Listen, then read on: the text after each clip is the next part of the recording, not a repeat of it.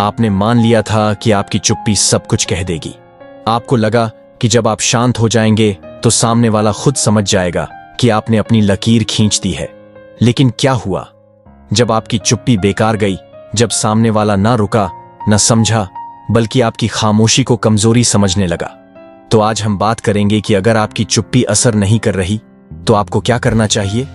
यह सिर्फ silent treatment की बात नहीं है, बल्कि उस मानसिक रणनीति की बात है जहां आप बिना शोर मचाए अपने सम्मान को फिर से स्थापित करते हैं। यह वीडियो उन लोगों के लिए है जो शांति के साथ बाजी जीतना चाहते हैं, ना कि तर्क वितर्क या शिकायतों से।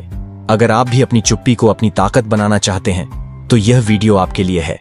तो चलिए बिना ज्यादा देर किए शुरू करते हैं। नंबर 1, अपनी चुप्पी को निष्क्रिय से सक्रिय बनाएं। चुप रहना कोई जादुई चाल नहीं है। अगर आपकी चुप्पी में ताकत नहीं दिखती तो वह बस एक खाली सन्नाटा बनकर रह जाती है। अगर आप सोचते हैं कि सिर्फ चुप रहने से सामने वाला सब समझ लेगा, तो आप अपनी सबसे बड़ी ताकत को गलत तरीके से इस्तेमाल कर रहे हैं। आपकी चुप्पी को सक्रिय होना चाहिए। इसका मतलब है कि जब आप शांत हो तब भी आपकी आंखें, आपका आत्मविश्वास और आपकी बॉडी लैंग्वेज यह जाहिर करे कि कुछ बदल गया है। आप अब वह इंसान नहीं है जो हर चीज को चुपचाप बर्दाश्त कर लेता था। मान लीजिए आपकी फैमिली में कोई बार बार आपकी राय को नजरअंदाज करता है। पहले आप शायद चुप रहकर बात टाल देते थे, लेकिन अब सक्रिय चुप्पी अपनाएं। जब बात हो तो अपनी राय शांति और आत्मविश्वास से रखें, बिना किसी को नीचा दिखाए। आपकी यह चुप्पी अब एक संदेश देगी कि आप अपनी जगह जानते हैं। जब आपकी चुप्पी में यह ताकत आती है तो सामने वाला उसे महसूस करता है। उसे अंदर से बेचैनी होती है और वह सोचने पर मजबूर हो जाता है कि कुछ तो गलत हुआ है। समझदार इंसान अपनी चुप्पी को कमजोरी नहीं बल्कि रणनीति बनाता है। अपनी चुप्पी को ऐसी बनाएं कि वह सामने वाले को सोचने पर मजबूर कर दे।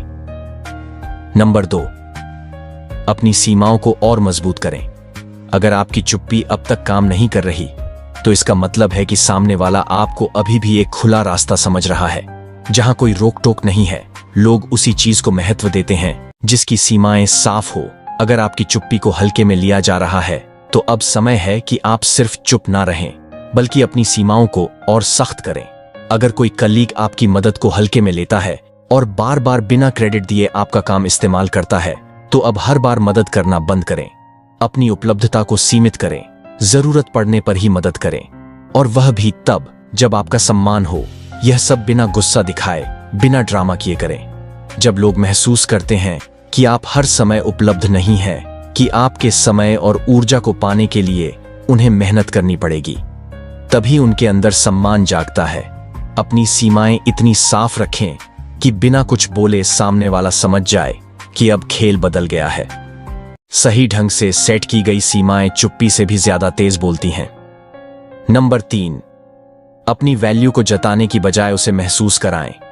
लोग अक्सर यह भूल करते हैं कि वे अपनी अहमियत को शब्दों से साबित करने की कोशिश करते हैं। वे बार बार बताते हैं कि वे कितने जरूरी हैं, लेकिन सच्चाई यह है कि असली वैल्यू शब्दों से नहीं, एहसास से बनती है। और यह एहसास तब होता है जब आपकी अनुपस्थिति खलने लगती है। मान लो अगर कोई दोस्त आपकी बातों को बार बार अनसुना करता है, तो अब अपनी मौजूदगी को कम करें। हर बार उनके साथ प्लान ना बनाएं, उनकी हर बात में शामिल ना हो। अपनी ऊर्जा को उन लोगों के साथ बांटें जो आपकी कदर करते हैं। धीरे धीरे आपकी अनुपस्थिति उन्हें यह महसूस कराएगी कि आपके बिना कुछ कमी है। खुद को साबित करने की कोशिश छोड़ दें। बस अपनी मौजूदगी को वहां से हटा लें जहां आपकी कदर नहीं हो रही। जब आप अपनी वैल्यू को अपनी चुप्पी और दूरी में पिरोते हैं तो वह गहरा असर छोड़ती है। जो लोग आपको समझते हैं वे आपकी गैर मौजूदगी में आपको याद करेंगे। बाकियों को वैसे भी कोई फर्क नहीं पड़ता।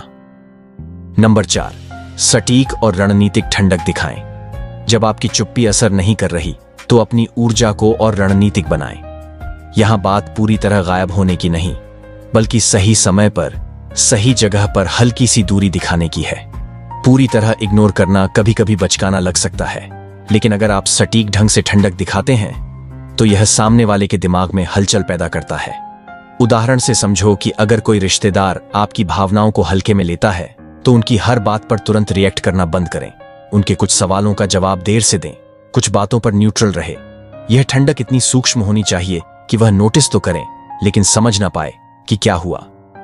यह रणनीतिक ठंडक सामने वाले को यह सोचने पर मजबूर करती है कि कुछ तो बदल गया है। आप न बहस कर रहे हैं न शिकायत, बस अपनी ऊर्जा को सटीक तरीके से वापस खींच रहे हैं।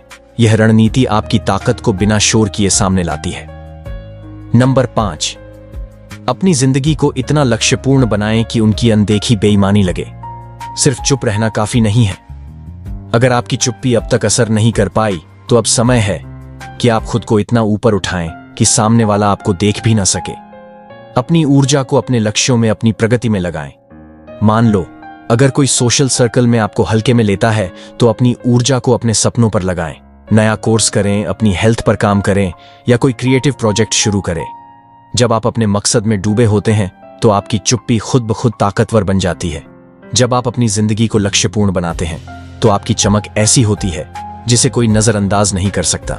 जो लोग आज आपको अनदेखा कर रहे हैं वही कल आपकी सफलता को देखकर खुद को छोटा महसूस करेंगे।